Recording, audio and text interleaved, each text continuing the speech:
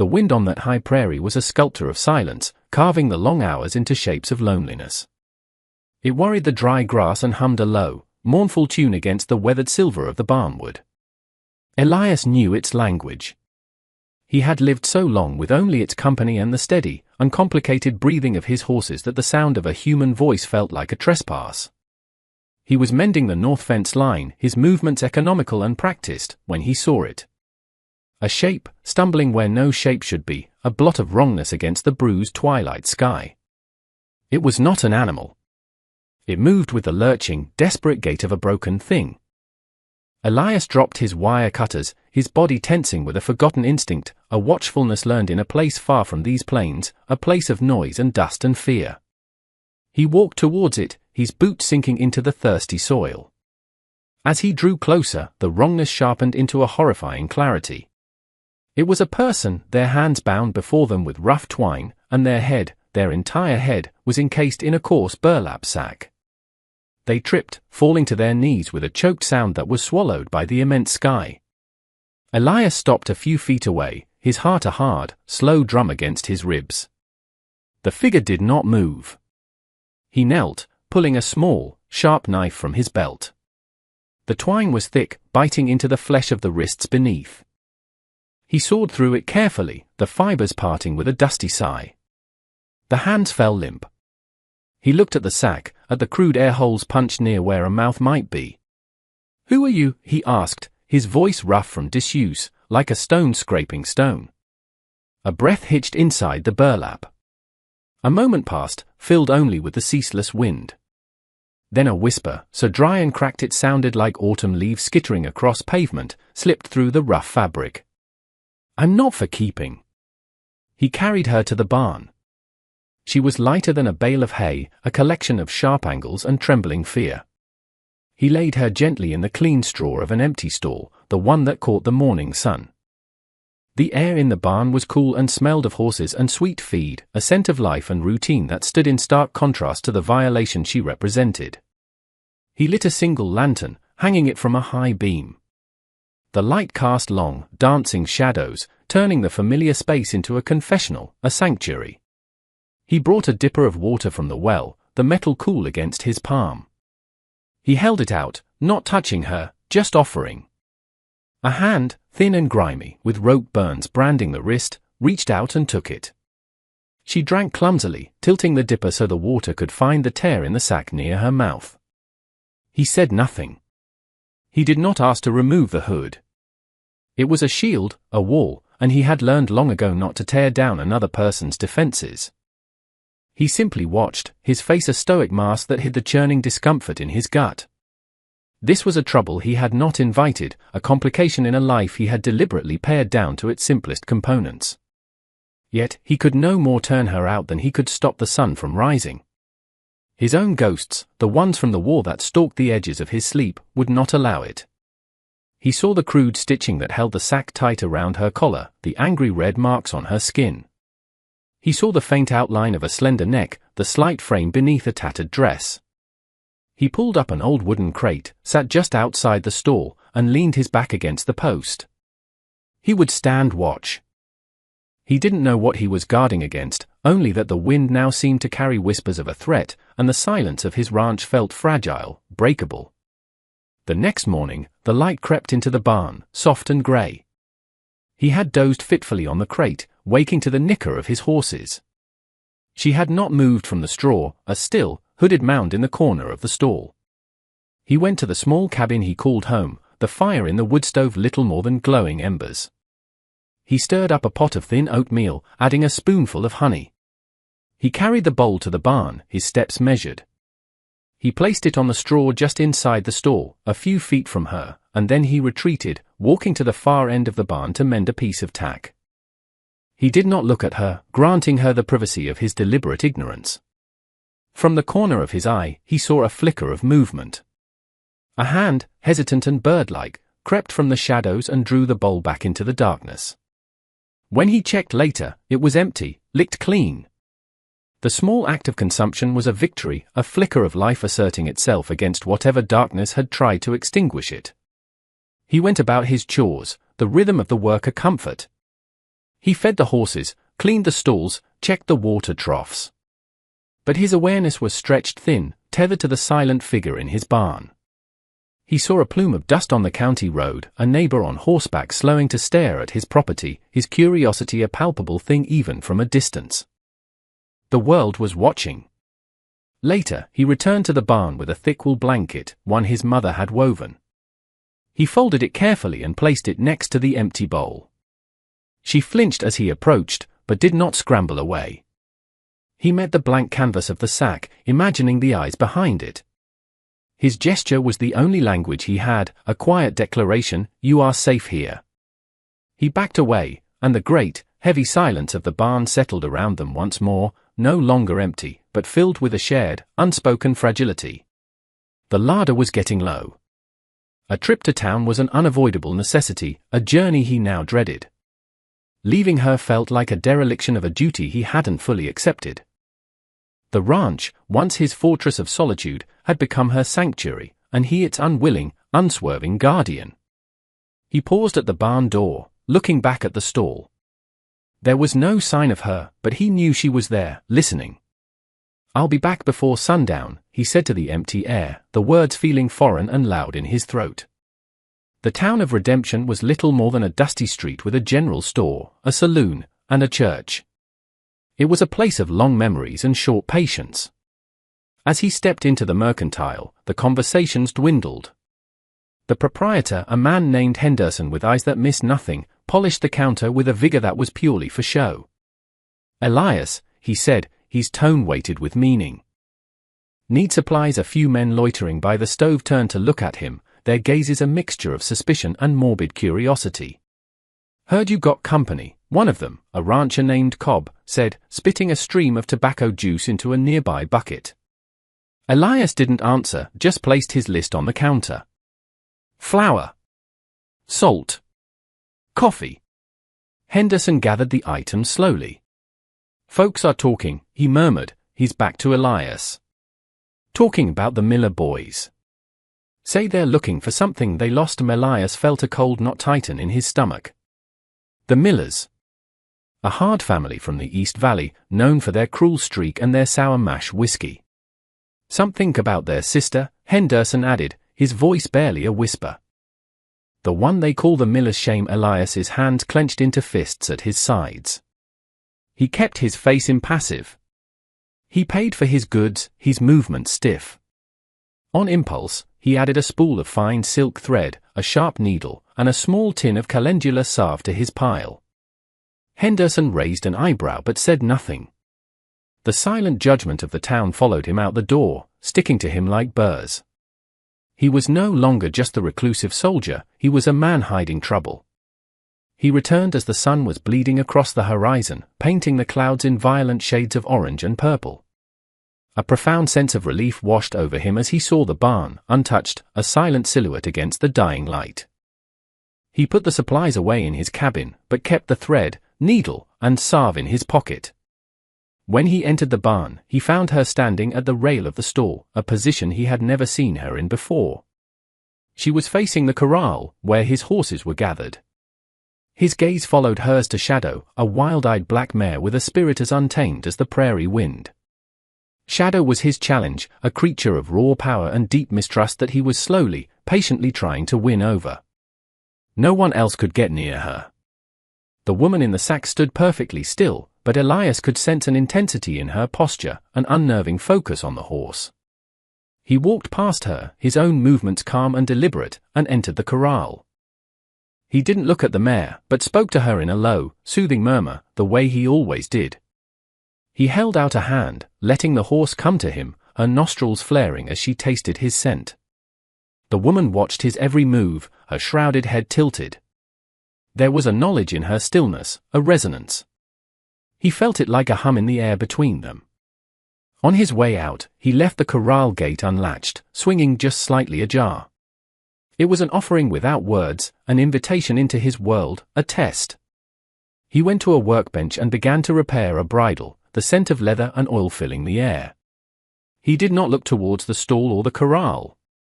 He worked and he waited, while the wind whispered secrets through the cracks in the walls.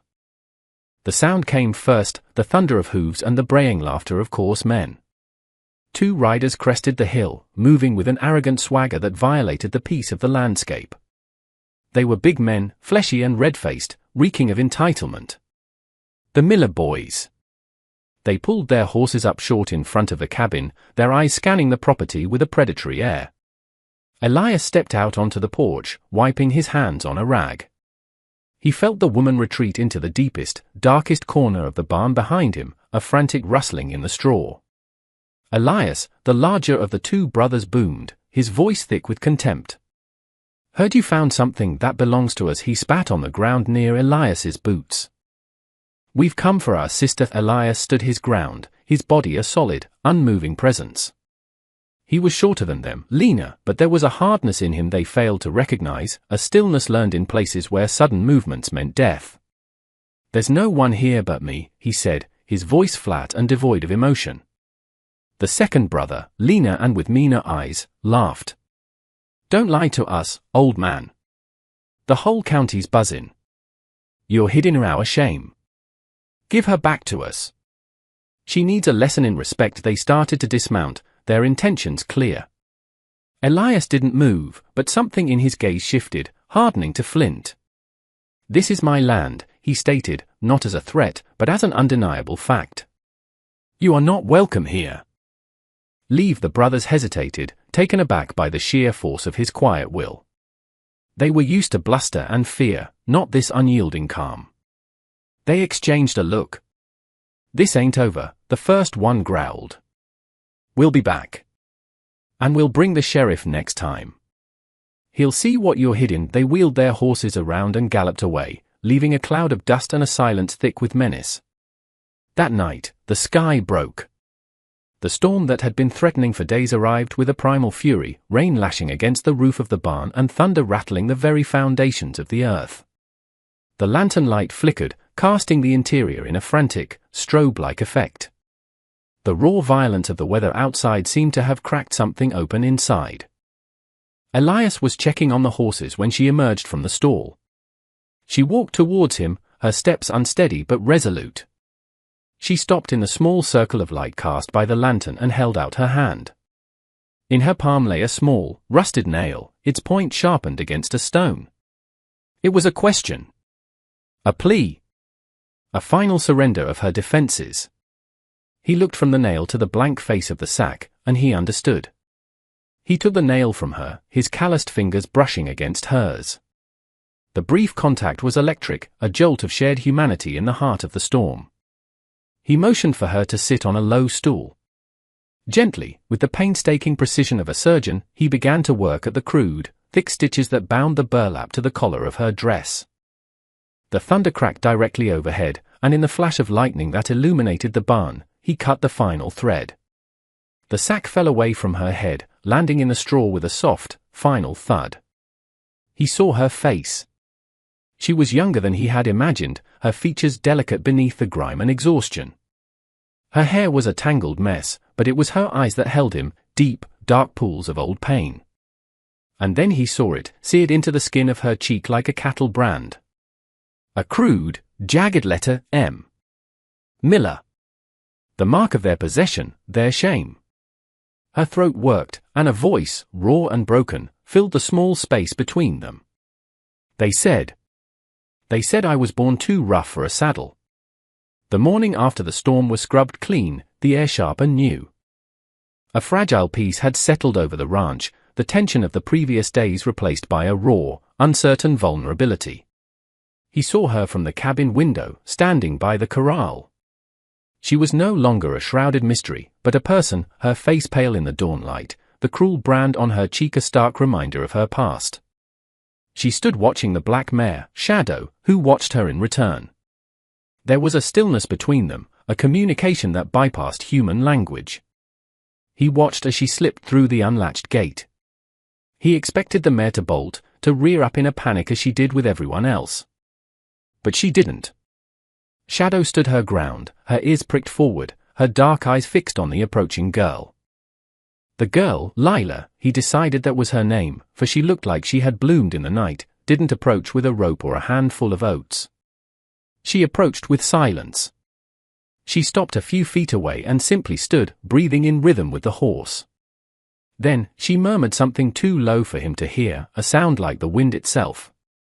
The mare took a hesitant step towards her, then another, until her soft nose was touching Lila's outstretched hand. Elias watched, his breath caught in his chest. It was like watching a miracle unfold. With a single, fluid motion that spoke of innate, forgotten grace, Lila swung herself onto the mare's bare back. There was no resistance. No fight. Horse and rider stood as one, a perfect, impossible silhouette against the rising sun. Then they moved. Not a panic bolt, but a controlled, powerful canter around the corral. She rode as if she were a part of the horse, an extension of its wild spirit. Elias finally understood. It wasn't that she was too rough for a saddle, it was that her spirit was too vast to be contained by one. Her brothers hadn't been trying to break her for riding, they had been trying to break her spirit because it was something they could never hope to match or control. They came back at dusk, as he knew they would. This time there were 3 of them, their forms dark against the fading light. They had been drinking, he could smell the sour mash on the air from 50 yards away.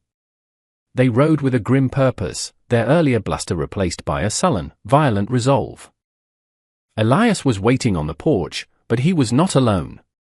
Lila was beside him, astride Shadow, her back straight, her hands resting lightly on the mare's neck. She wore a clean shirt he had left for her, her hair was brushed, and her face, though still bearing its mark, was set with a quiet defiance that was more powerful than any weapon. The Miller brothers pulled up, their jaws dropping in disbelief at the sight of her.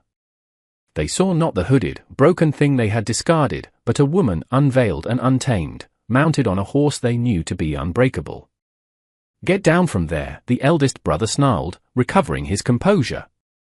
"You're coming with us." He made a move to dismount, to grab at Shadow's reins. That was his mistake. Elias moved from the porch in a blur of quiet efficiency. He was not a brawler, he was a soldier.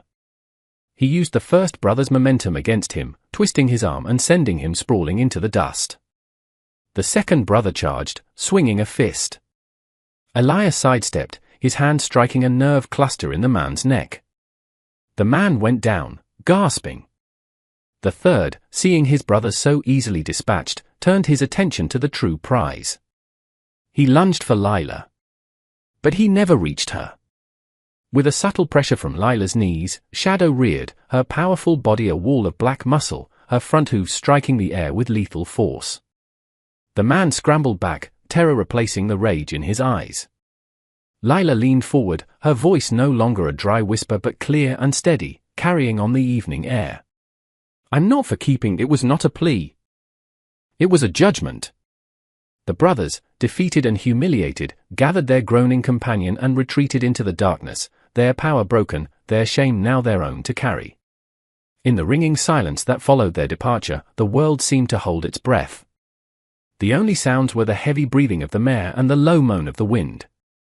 Elias stood in the yard, a dull ache starting in his knuckles. He looked at Lila, still mounted on Shadow, a figure of impossible strength against the twilight. She was the one who had been branded, shamed, and left for dead, and yet, in the end, she had been her own rescuer. She dismounted, her movements fluid and sure. She stroked the mare's neck, calming her with a low murmur. Then she turned and walked towards him. He expected her to go into the barn or the cabin, to retreat back into the silence they had shared. Instead, she stopped in front of him. She looked at the fresh scrape on his cheek where the second brother's ring had caught him. Hesitantly, as if still unlearning a lifetime of flinching from human touch, she raised her hand and gently, so gently, brushed her fingers against his skin. It was a gesture of immense tenderness, of gratitude, of a shared victory. It said more than words ever could. He did not pull away. He simply stood there, under the vast and darkening sky, and allowed himself to be touched. The quiet that settled over the ranch that night was different from the solitude that had come before. It was a shared quiet, a stillness for two. It was the sound of peace. The story of the Miller boys' defeat spread through the county like a grass fire, the gossip in town shifting from suspicion to a kind of grudging awe. In time, the family sold their land and moved on, their name fading from memory. Elias and Lila never spoke of that first night, or the brothers, or the burlap sack he had quietly burned in the wood stove. They didn't need to. Their past was a silent understanding that bound them closer than any vow. They worked the ranch together, moving in a seamless rhythm of shared purpose. She had a gift not just with horses, but with all wounded things. He found, to his own surprise, that the ghosts of his past had grown quiet, soothed by her steady presence. The brand on her cheek slowly faded into a faint, silvery scar, a map of where she had been. Their life was a quiet one, written not in words, but in the trust of a wild horse, the warmth of a shared fire, and the steady, comforting sound of two sets of hoofbeats riding together across the hard-packed earth.